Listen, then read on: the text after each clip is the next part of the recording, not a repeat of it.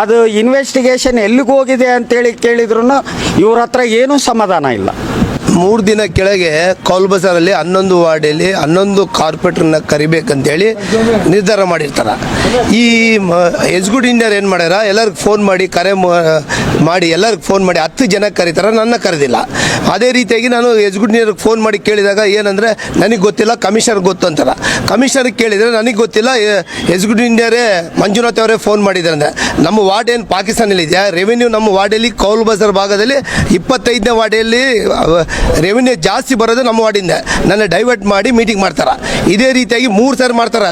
ನಾನು ಕಮಿಷನರ್ಗೆ ಕೇಳಿನಿ ಮತ್ತು ಮಹಾಪೌರರು ಕೇಳಿದ ನನಗೆ ಮಾಹಿತಿ ಏನಕ್ಕಂದ್ರೆ ನಾನು ಕೇಳಿ ಬಿ ಜೆ ಪಿ ಅಂತಾನೆ ಕರೆದಿಲ್ಲ. ನನ್ನ ಮೀಟಿಂಗ್ MGMದು ವರ್ಕ್ ಬರ್ತದೆ ಸರ್ ಎಲ್ಲ ವಾರ್ಡಲ್ಲಿ. ನನ್ನ ವಾರ್ಡಲ್ಲಿ ಏನು ವರ್ಕ್ ಇಕ್ಕಿದ್ದೀನಿ ನನ್ನ ಡೈವರ್ಟ್ ಮಾಡಿ ಅವರೆಲ್ಲ ತೀರ್ಮಾನ ಮಾಡ್ತಾರೆ. ಎಲ್ಲ 10 ಜನ ಬಂದು 10 ಜನ ಕುಂತ್ಕೊಂಡು ಮಾಡ್ತಾರೆ, ನನ್ನ ಕರೆದಿಲ್ಲ.